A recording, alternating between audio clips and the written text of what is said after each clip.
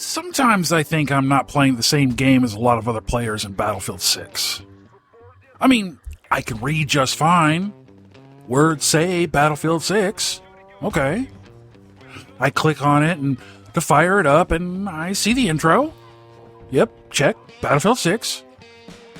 I click on start.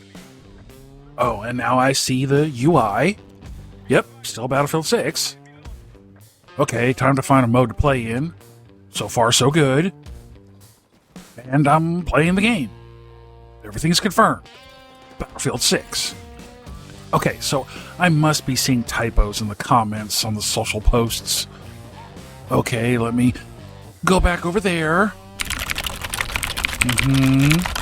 Okay. Yeah, oh. Okay, my dude, not sure I'd go that far. Okay, what else? Yes. Yeesh. Okay, I guess it's not a bunch of typos. These sad sacks are talking about Battlefield 6. Man, did you really post a PowerPoint complete with pie charts about how you don't think a game meets your needs? Jesus, this is a 45-minute long PowerPoint. Ugh.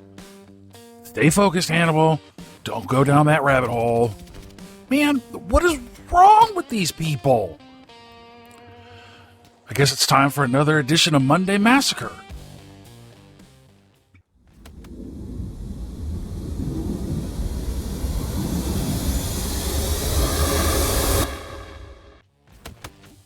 Oh boy. So, this is going to be a bit of a long one, folks. I have a lot of context here, so just walk with me, okay?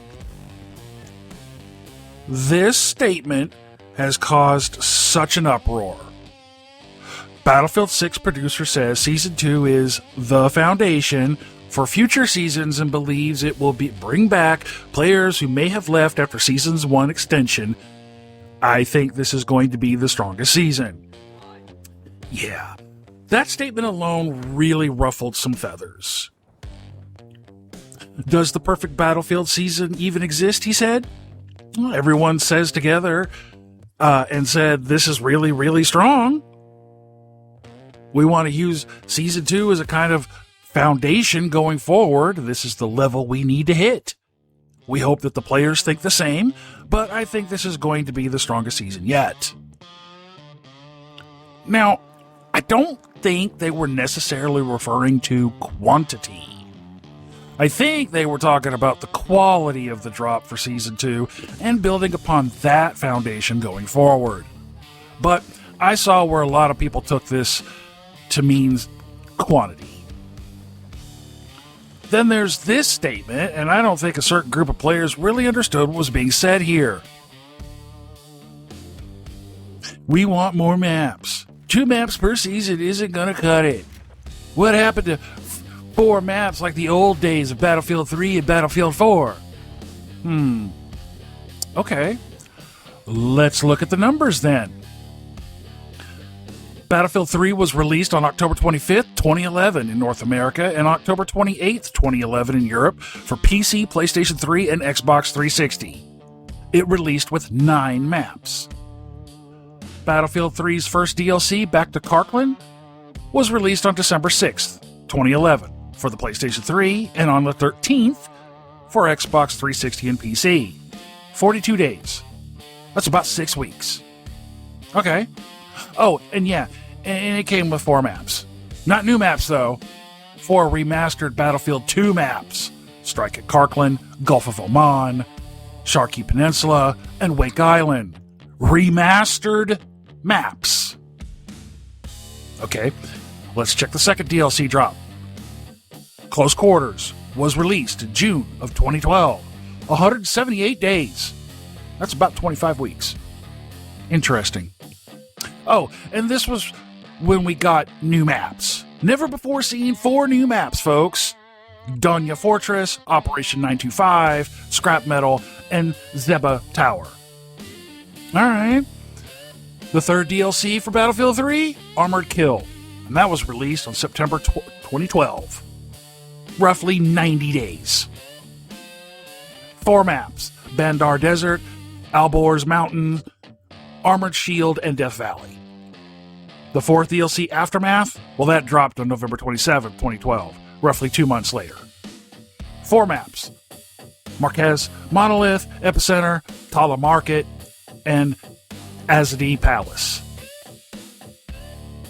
And lastly, the final DLC pack for Battlefield 3, Endgame, and that was released in March of 2013. About 94 days, give or take. 3 months. Also, 4 maps: Kaiser Railroad, Operation Riverside, Nebedan Flats, and Cebalon Pipeline. And Battlefield 3 featured a total of 29 multiplayer maps across the base game in its 5 expansion packs. Now, as a side note, I did state that Battlefield 3 released on October 25th, 2011. Regarding Back to Karkland, I was referencing North America. That DLC actually dropped first on PS3 as part of an exclusivity deal before hitting PC Xbox on December 13th. It's a tiny detail, but I wanted to make sure I covered reading the fine print before people started coming at me with pitchforks and torches. Okay, Battlefield 4. This game launched disastrously on October 29th, 2013. I mean, I eventually loved the game, but it was a total nightmare as far as launches were concerned. 10 maps most of us couldn't actually play. China Rising, the first DLC pack for Battlefield 4, that dropped December 3rd, 2013, 35 days in the middle of the clusterfuck of a launch. We all got a slew of content most of us couldn't even touch. The game was still totally broken when the first DLC dropped. And it came with 4 maps: Silk Road, Alti Range, Gullion Peaks, and Dragon Pass. Second Assault, that dropped February 18th, 2014, 77 days later. Remember, the game is still generally unplayable at this time. Oh look, 4 maps, but all remastered from Battlefield 3. You got Operation Metro, Caspian Border, Gulf of Oman, and Operation Firestorm. Naval Strike, the third DLC, was released March 25th, 2014, 35 days later. Lost Islands, Nansha Strike, Wavebreaker, and Operation Mortar. The fourth DLC, Dragon's Teeth, well, that dropped July 15, 2014, 112 days later. Limfini Garden, Pearl Market, Propaganda, and Sunken Dragon. And the fifth and final DLC, Final Stand, well, that dropped November 18th of 2014, 127 days. Operation Whiteout, Hammerhead, Hangar 21, and Giants of Karelia. Remember, kids, Battlefield 4 became generally fixed and considered a good experience roughly 7 to 9 months after its October 2013 launch, with the game reaching a stable, playable state around mid-2014. And it featured a total of 33 multiplayer maps, which included all the base game maps, the expansions, and post-launch updates. Okay, so now in comparison for Battlefield 6, and it was released on October 10th, 2025. It launched with 9 maps. The first major drop of new content for Battlefield 6 arrived with the start of Season 1 on October 28th, 18 days after launch. This update introduced the Blackwell Fields map, so now totaling 10 maps. Season 2 dropped February 17th, 112 days. Now, this includes the delay from late January. And 2 maps announced, potentially a third if Gulmad releases before Season 2 ends. So as of right now, we're at 12 maps with a potential 13th. So yeah, at this time, the video posts, that's the 136 days from launch. 19 weeks and 3 days. See, Hannibal? Not enough content. Slow your fucking roll, playa. Do the projected math. Everyone is saying 2 maps per season is just not enough to keep a game alive. Really? Well, let's see. Battlefield 3 in its first 140-ish days had 13 maps, where 4 of them were remastered. Battlefield 4 in the same first 40-ish days, had 18 maps, where 4 were remastered, and the game was broken for the first 6 to 9 months. Battlefield 6's in the first 136 days has 12 to 13 maps, all modern fidelity, with Season 2 as foundational. Let's be conservative here for a moment, okay? 4 seasons a year. That equals 8 maps total if 2 maps is the new normal per season. And seasons so far seem to have a more consistent release schedule than the days of yore with yonder Battlefield 3 and Battlefield 4. And if you include the desire that EA wants to keep this game alive until they can drop Battlefield titles every year or every other year, you're talking 8 maps each year for the next 4 to 5 years. That's 32 to 40 maps total, just in seasonal content alone. This doesn't take into consideration additional drops or surprise new maps. 32 to 40 maps is on par with previous titles in their totality of map content. So what the fuck are you bitching about? A season is 3 months long, 90 days. You are either bad at math or you're just too impatient for anything and are wetting yourselves and drooling because you have to wait a little while. Boo fucking who?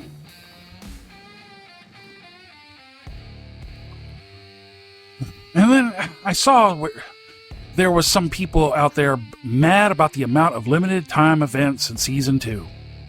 I mean, I get it, but everyone I saw complaining about it kept forgetting something. Let's take Operation Augur. This is the first Battlefield 6 operations mode, based on the idea of operations from Battlefield 1. It's going to be a combination of the Contaminated map and the Hagenthal map. Basically, it's a very big version of Breakthrough, and a shit ton of wave after wave of attacks. You start on Contaminated and drive back the opposing team into Hagenthal base. There's a few load scenes in previous versions of this mode that included some story lore, and then you attack again. And this was a very popular mode in Battlefield 1. And it was a permanent mode in Battlefield 1 and Battlefield 5. But in Battlefield 6, it's going to have a limited run so far as we know. And this upsets some people. Okay, that's fair. Operations as a permanent mode would be nice in Battlefield 6. Once Season 2 ends, Operation Augur ends with it.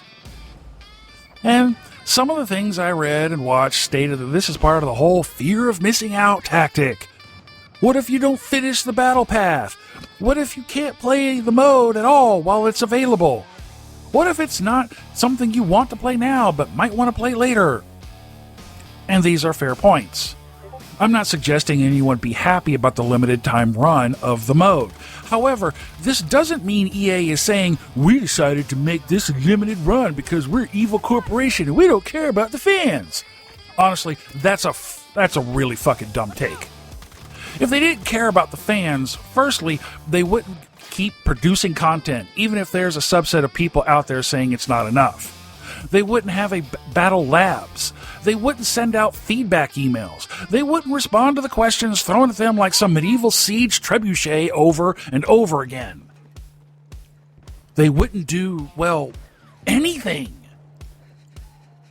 That's one of the things I simply cannot understand. A lot of people seem to believe a company is beholden to them simply because they bought something from them. It's like schools don't teach consumerism in class anymore. Anyway, getting off track here. The point I wanted to make about the limited event is this. Generally, limited time events, is one of 4 things. The first one is feedback. This is often the biggest reason why things are the way they are in any video game. See, kiddos, I don't think a lot of you understand that. EA comes up with the idea based on feedback from a previous title or titles. There's a shit ton of it for them to rifle through, an archive, if you will. They cherry pick, sure, but they cherry pick through the most popular feedback sent. So let's say you have 10,000 players. We're using 10,000 to keep the conversation simple. Just walk with me here. Okay, so if 4,000 players submitted feedback that maps are too small and needed better quality, well, then EA will look into that. But if 100 players submit feedback that they want a faster tick rate when capturing a flag, guess what? EA isn't going to really look at that. Not enough feedback demand. So when EA suggests a mode is limited, oftentimes it's based on feedback. There's a lot of players out there that don't want to run the same thing over and over and over and over. One eternity later. And over again. I mean, there's a lot of players out there like that. Battlefield Labs is EA's most valued resource when it comes to feedback. Look, I cannot stress this enough. If you're part of the vocal minority about hating on this game, man, get your ass on Battlefield Labs and drop feedback. If you get in and are already in and you didn't see your feedback make it into the game, guess what? Your feedback is part of the 100 pool I just mentioned. Not enough demand. But Hannibal, they said they hear us loud and clear. Well, yeah, they do. But check out what it says at the bottom. Map design takes time, and DICE is the only studio making the multiplayer maps. God, how many times have I seen the 4 studios comment, and it boggles my mind. Only one studio makes the multiplayer maps. And that's about 150 to 250 employees for that task. That's part of what they meant by not enough resources to meet the wild demand of more content. And if you have the "but Activision" comment ready to drop, I got news for you, playa. Activision has more employees than EA when it comes to Call of Duty versus Battlefield. Plus, I know you really don't want to hear this, but Call of Duty drops more in quantity in the way of remastered maps, recycled maps, and Call of Duty players have been bitching about that shit too. The fucking sheep that went to the Activision troll bandwagon didn't even stop to look at the recycled, remastered bullshit Activision showed in their roadmap when they decided to bust EA's balls. And honestly, it took over 4 months for Activision to fire back after the celebrity trailer EA dropped, poking fun at Activision when Battlefield 6 was being marketed. So man, please, sit down and shut the fuck up. Oh, then you have Experimentation. Guys, it's the modern era. Game companies are competing for your time, attention, and cold hard cash. So Experimentation is often thrown into the mix. A live testing, if you will. If a limited run is massively successful and feedback rolls in, EA has the option to bring it into full rotation. Remember, operations in Battlefield 5 was a disaster compared to Battlefield 1. So, dropping in as a limited event for now might be EA's way of testing the waters to see if their new iteration succeeds or not. If it does, we may see it in full rotation. If not, might be back to the drawing board. Then we have monetization. Okay, here we go again. Live fucking service. If you haven't figured it out by now, I am not a fan of live service. Not because of the monetization in the sense of what most people refer to, but because of the trash provided through the live service model. Like 99% of the content one could purchase is garbage to me. But that's my opinion. I hardly buy anything through the live service model in any game. But live service does not guarantee content drops. And each company treats live service differently. Man, you all have got to stop comparing Battlefield 6's live service with other games by other companies. It's not a fair assessment. Different game, different board, different CEOs, different productions, different schedules, different everything except wanting your time, attention, and money. They sold their units and got paid. They are no longer obligated to provide you with anything after launch under a live service model. The game cost roughly $400 million to make, which includes the marketing, and they got back a minimum of $700 million. That's a $300 million in profit, at least. You have no idea where that money goes inside EA's coffers, so quit speculating. On one hand, you have in their pockets. Why isn't it being reinvested back into the game? On the other hand, let's see. Staff wages, server fees, expenses. Oh, yeah, and pockets for all the employees. And lastly, you have resources. Look, I've mentioned this before, but there's a limit to how much a game company is willing to spend on servers. The way some of you talk about servers, it's like you're saying there's miles and miles of servers owned by EA. EA doesn't own 99% of the servers you play on. They're rented through either AWS, Microsoft, or some other data center company. They're renting the space, and the deals they make through the data center companies doesn't include infinite capacity. So, limited time events are part of this reason. Constantly adding permanent modes and such to games requires more server space and capacity resources. That means more money spent by EA with very little return. I mean, you're lucky they don't charge extra for limited time modes as an addition to the live service model. So while limited runs does kind of suck, there's logistical and financial reasons why they exist. But Hannibal, they made money off of us. Oh yeah, I know. But you aren't in their financial department and you have no idea where any of the profits go or why.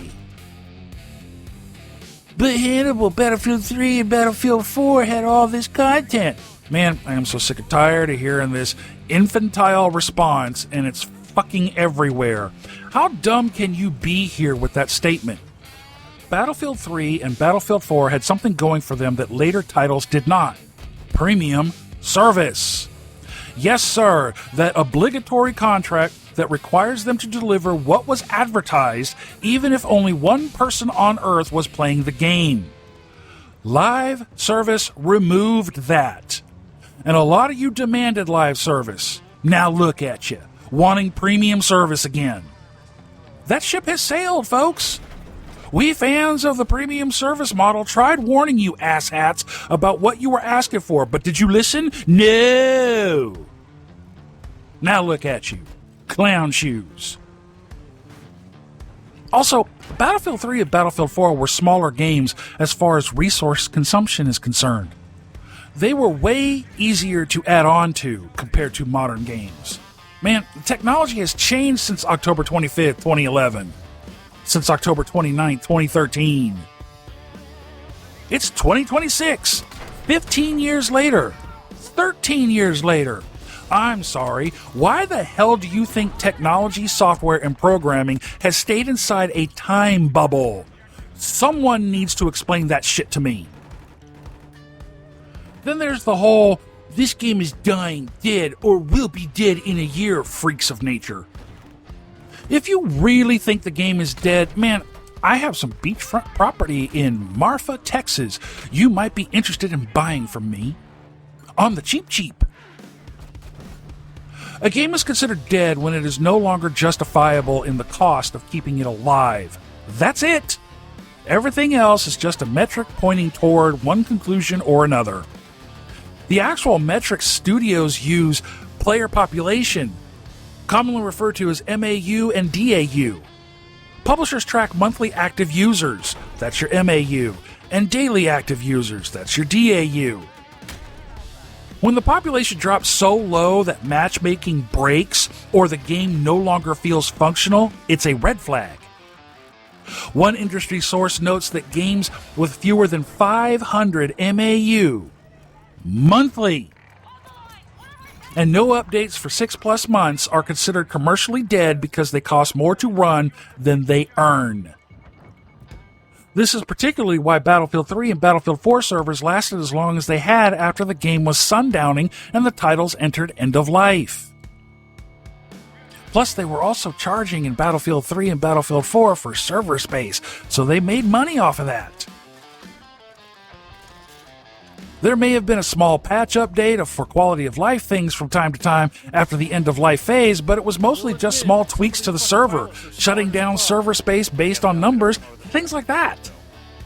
Or if they get locked on, they dive down. Then you have your revenue versus operating cost.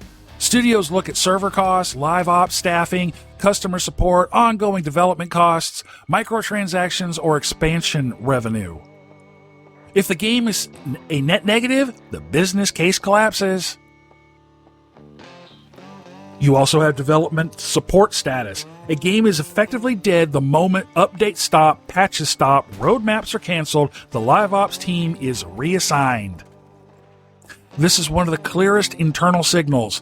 The public often senses it before it's announced. But here, I hate to break this to somebody. I saw this earlier.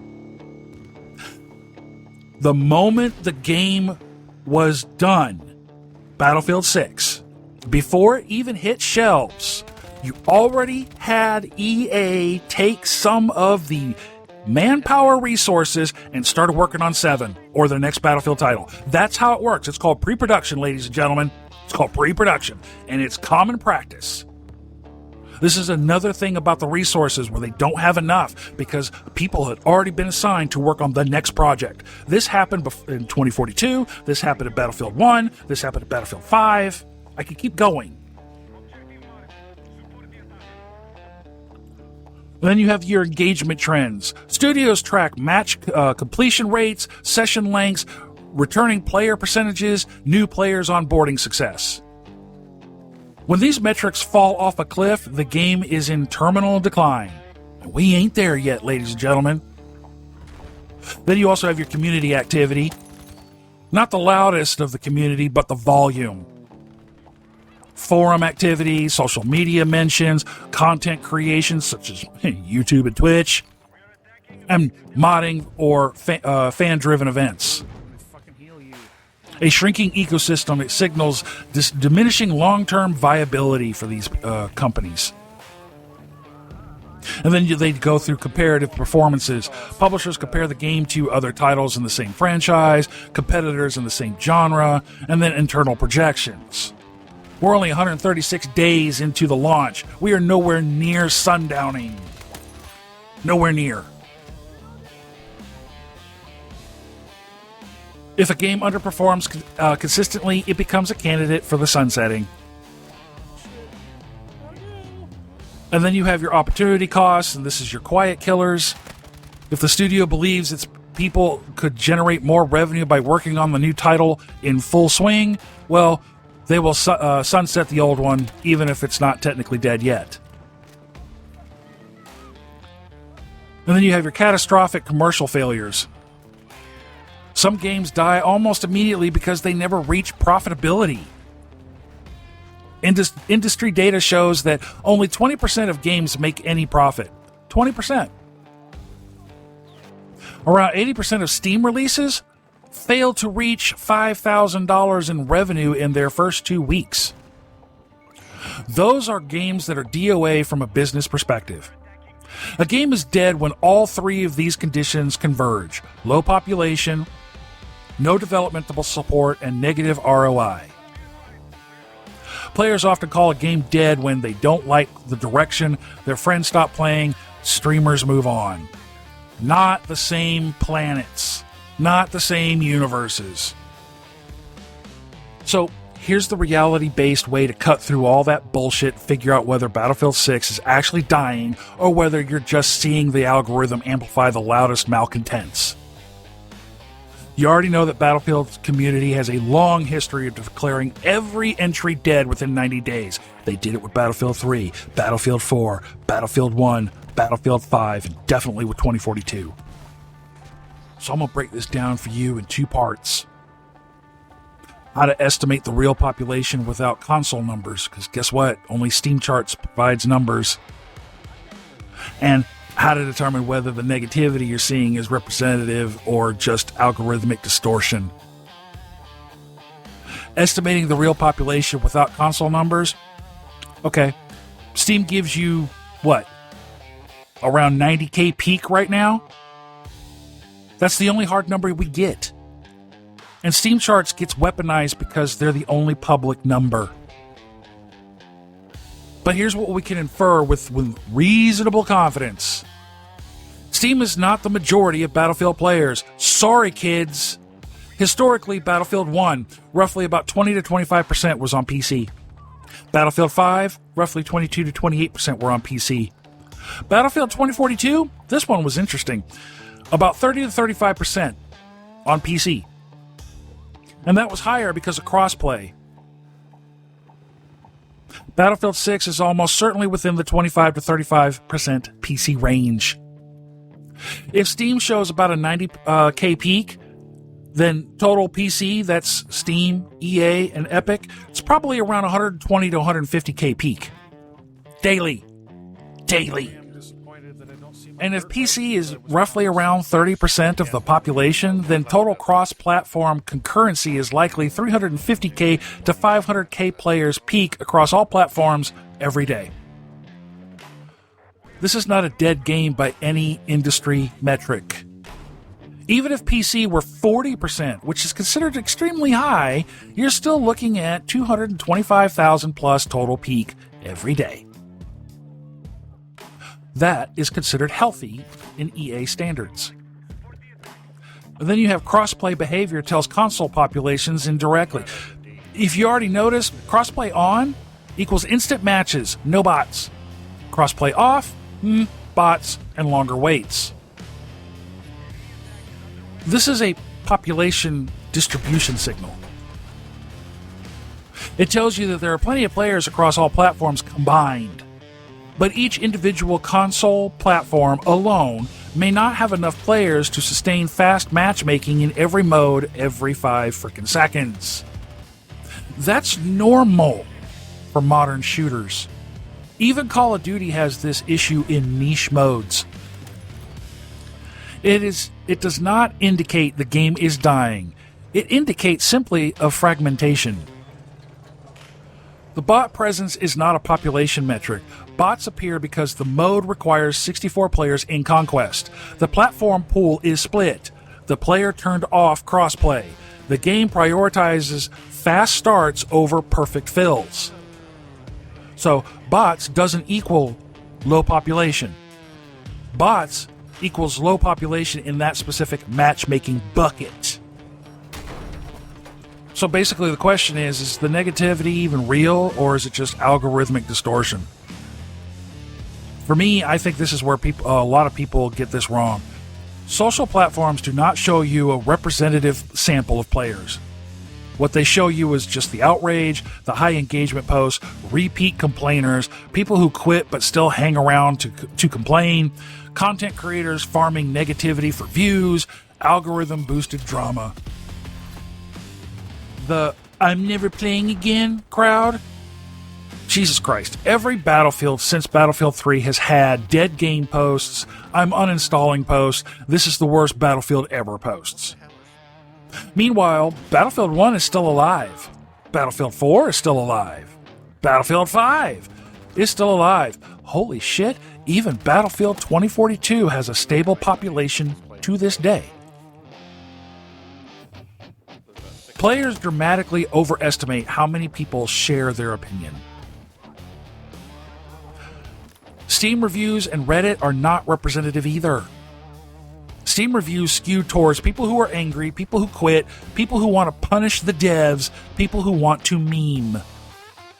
Reddit skews towards hardcore players, people who min-max, people who hate casuals, and people who think every design choice is a betrayal. Neither group reflects the silent majority who just play the game. They don't even post anything. Hell, most of them don't even argue. Or don't care about meta drama. The algorithms absolutely amplifies the negativity. If you're seeing a bunch of negativity, that's because it's high engagement posts, repeat complainers, those rage clips, dead game memes, people farming karma or views. Your platforms in that area, all it does is reward anger, outrage, sarcasm, drama, basically crybaby shit. Absolutist statements, "never playing again." There are 400,000 people quietly playing the game on any given day. Those people don't post anything.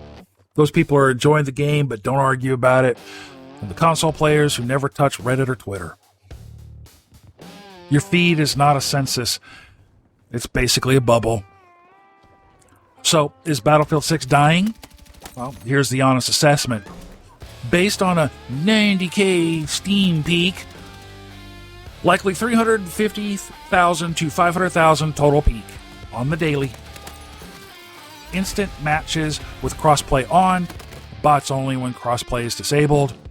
No signs of EA pulling support, no collapse in engagement signals, no widespread matchmaking failures. No, Battlefield 6 is not dying.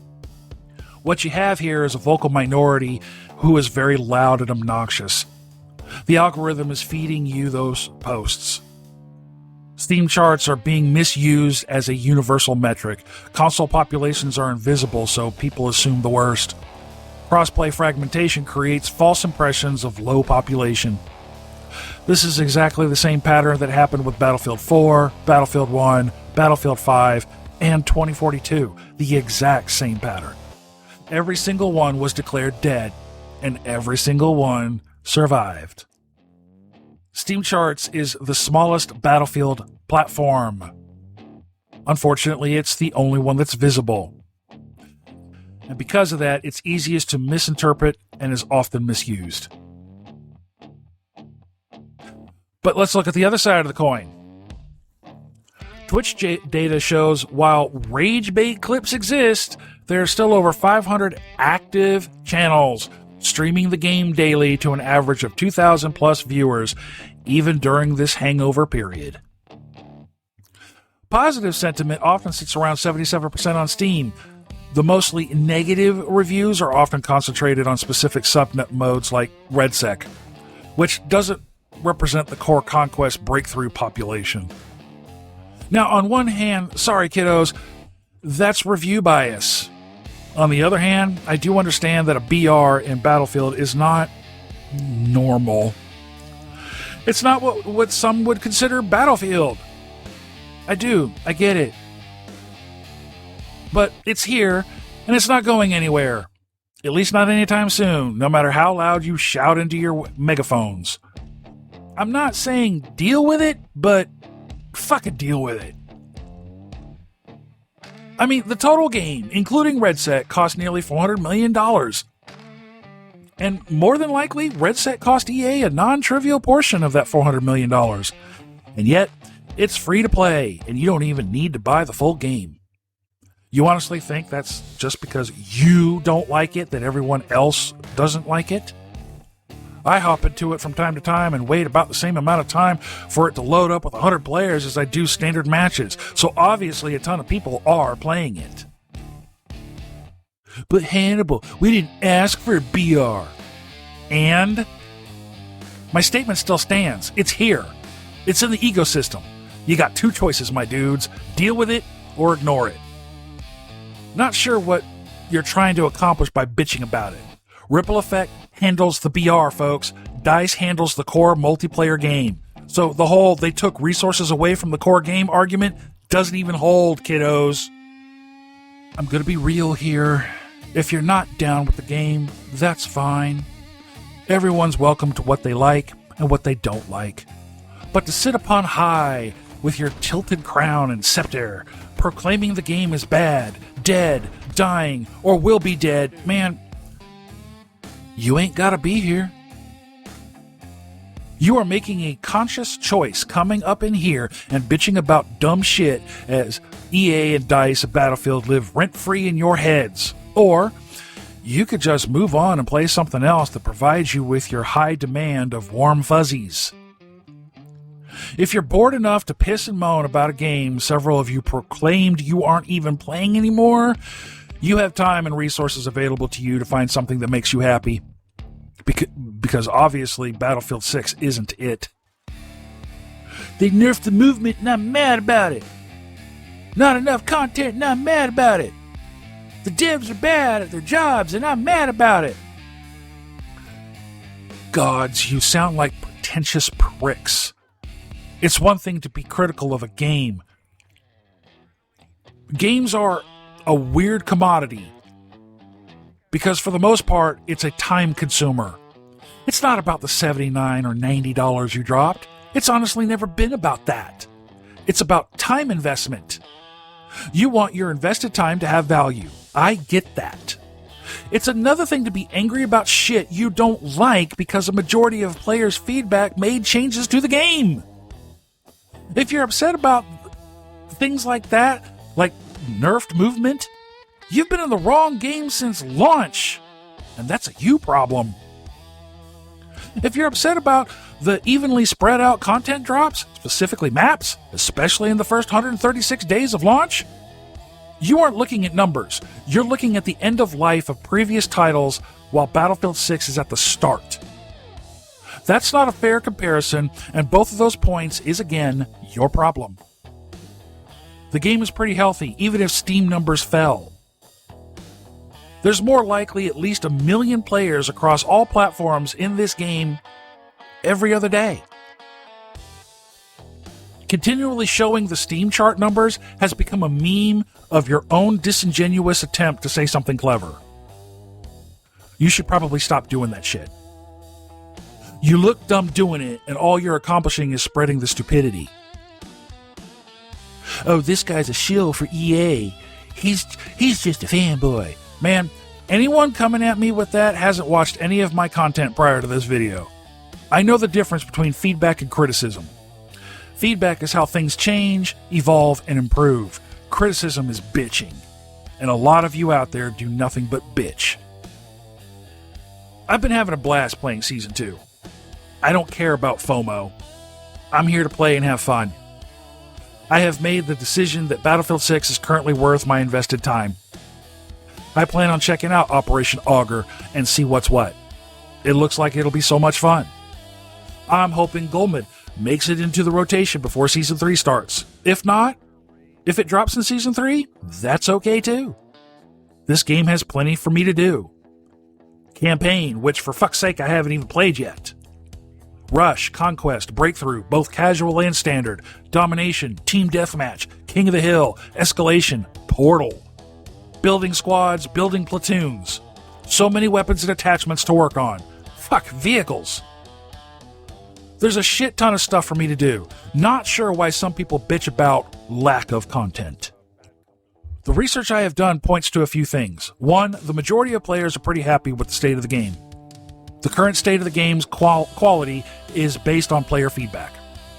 Most players are enjoying the game. The game is healthy and in no way showing signs of dying. And Steam charts is the only one public metric. 2, people hating on it are a vocal minority and should be taken with a hefty amount of salt. If you're enjoying the game, I would like to hear about it. Give me some insights. What is it about the game that makes you fire it up as often as you do? What's your favorite map in Battlefield 6 so far? How long do you play each time you fire it up? You playing as a random solo, or do you get together with your friends? Did you make a platoon yet? I sincerely want to hear about this and whatever else about it that makes you log in. And for those of you hating on it, I'll drop this again. You ain't gotta be here, playa. If you stubbornly stay, I can only assume you're only happy when you're unhappy. You should probably see someone about that shit. Not healthy for the soul, my dudes. Thanks for watching, though. For my hood rats, I always appreciate the views, the likes, and the conversations you bring each and every video.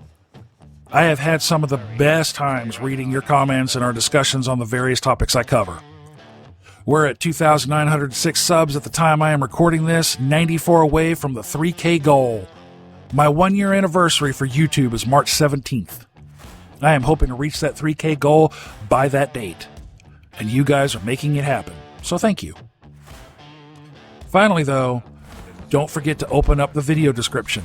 Now, I was simply just planning on pipping out the veteran support group spotlight at this point in the videos, but I've had some feedback about not being able to locate the Discord link as well. So, the video description will always have the Discord link and the spotlight. The link Discord is near the top, right underneath ways to support the channel, and the spotlight for the support groups are always located at the very bottom because it's easier to find it that way.